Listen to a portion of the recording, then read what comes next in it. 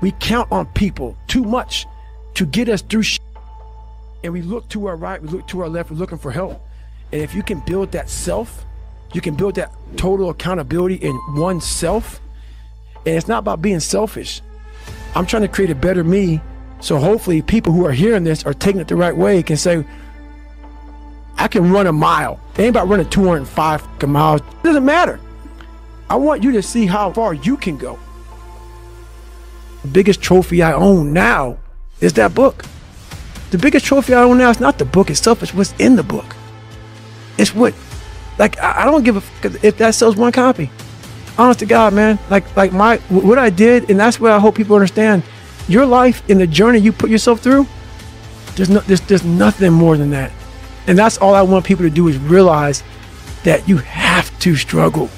You have to struggle. The bigger the struggle, the bigger the peace. The bigger the suffering, the more peace.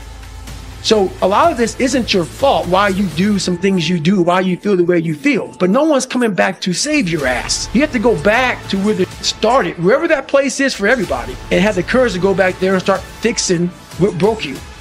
And that's when I was like, hey, I'm f***ed up. I'm gonna go back and fix this. And I know how to self-motivate. A lot of them don't know how to self-motivate, man. Like, we like to put the headphones on, like before the big game, and listen to the music. Yeah. What the f did you do when the headphones come off, bro? It's you in your own mind. Right. I know how to do that. That's the hard part, man. Do you ever listen to music when you run? Never. I wanted you to go home that night after you the living shit out of me, and I smiled in your face. I wanted you to feel worse than I did, and you were going home to a nice warm bed, and I was still out there in the grit, suffering for another 100 hours. I wanted you to think about me, knowing that I'm comfortable being very unfucking comfortable. And I want you to think about when you went through fucking hell week, how uncomfortable you were and how bad you wanted to quit, knowing I'm not thinking that fucking way. So the dark side is something that I've designed. It's an evil place I can go that very few things can hurt me. And your brain is the most powerful weapon. I talk about that in one of these chapters. Your brain is the most powerful weapon in the world. Once you put away your phones and your computers and all that we have nowadays, yeah, it's great. We're up to date, but your brain is the only thing you have when you're going through depression, when you're going through hard times, when you're going through death, real life. You can't Google that. You're alone.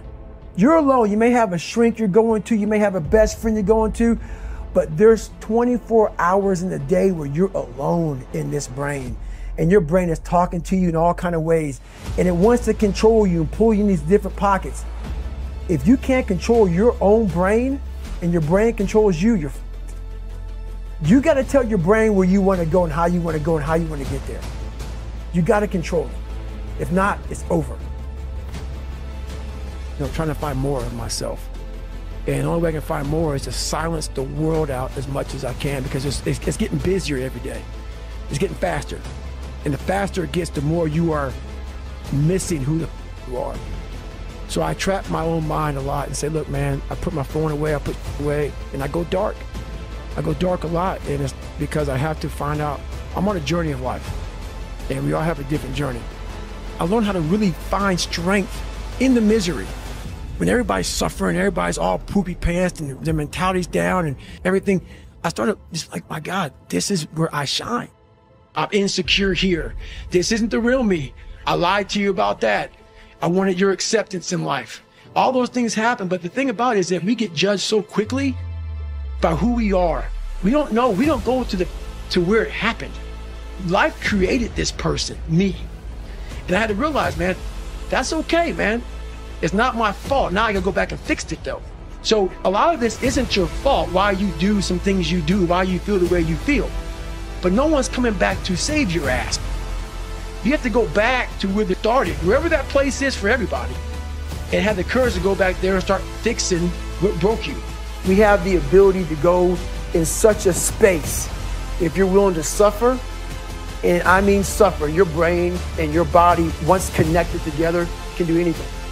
And this 30 miles was the life-changing moment. I was out of it.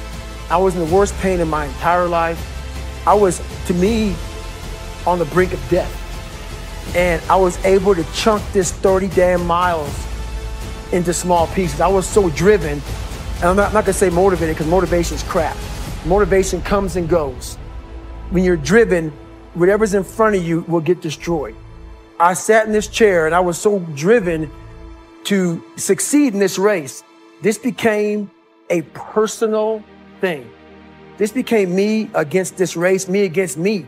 It just became something that I took so violently personal. And I broke this thing down into small pieces. I said, okay, I gotta get nutrition. I gotta be able to stand up. So I went through all these small steps and I was able to stand up. And then from standing up, I was literally walking around with my wife at the time, and she goes, you're not gonna make the time. I got to mile 81. And the second she said that I'm not gonna make the time, I ran the last 19 miles nonstop. And people may listen to this and say, this guy is sadistic, he's crazy, No, if you know how I came up, you realize I was just a scared kid that found drive and passion to be something much better than what he thought he was. I have to become someone in this world, or I'm no good for anybody. It comes from a disgusting place of not being fulfilled in your life, of afraid of dying, having never accomplished anything. That's a fear that some people run away from, that people don't want to face. When you have a real fear of dying and being just another person, that I live to pay the bills, I made $1,000 a month. This is my life. I spray for cockroaches, man. If that makes you feel good, that's great. It didn't make me feel good. I wanted to, the first time in my life, after 26 years, it was 24, 25, wherever I was, I wanted to feel good about myself. Greatness is whatever the hell you dreamed of in your own mind. You gotta first see it. You gotta first create this vision in your mind. Once you create this vision in your mind, it's how am I gonna get there? But you've got to go inside yourself to find it. And that means you gotta be quiet.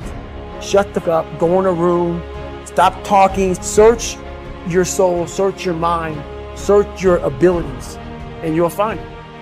But if you're not looking for it, you won't find it. So you gotta go start your journey. And the journey starts with you finding, why the hell am I here on this planet Earth? Why am I here? And if you don't know that, you will live the rest of your life searching, always asking the question, why? Everything I didn't want to do is what got me to where I'm at today. It's about what you're saying to yourself, but it also comes with work. So whenever I was getting beat down, physically, mentally, spiritually, whatever I was going through, just saying, you can't hurt me. I had this haunting voice in the back of my head. A lot of us have it. We just ignore it. And it was there for years. So I knew in the back of my mind that I could pull off this whatever.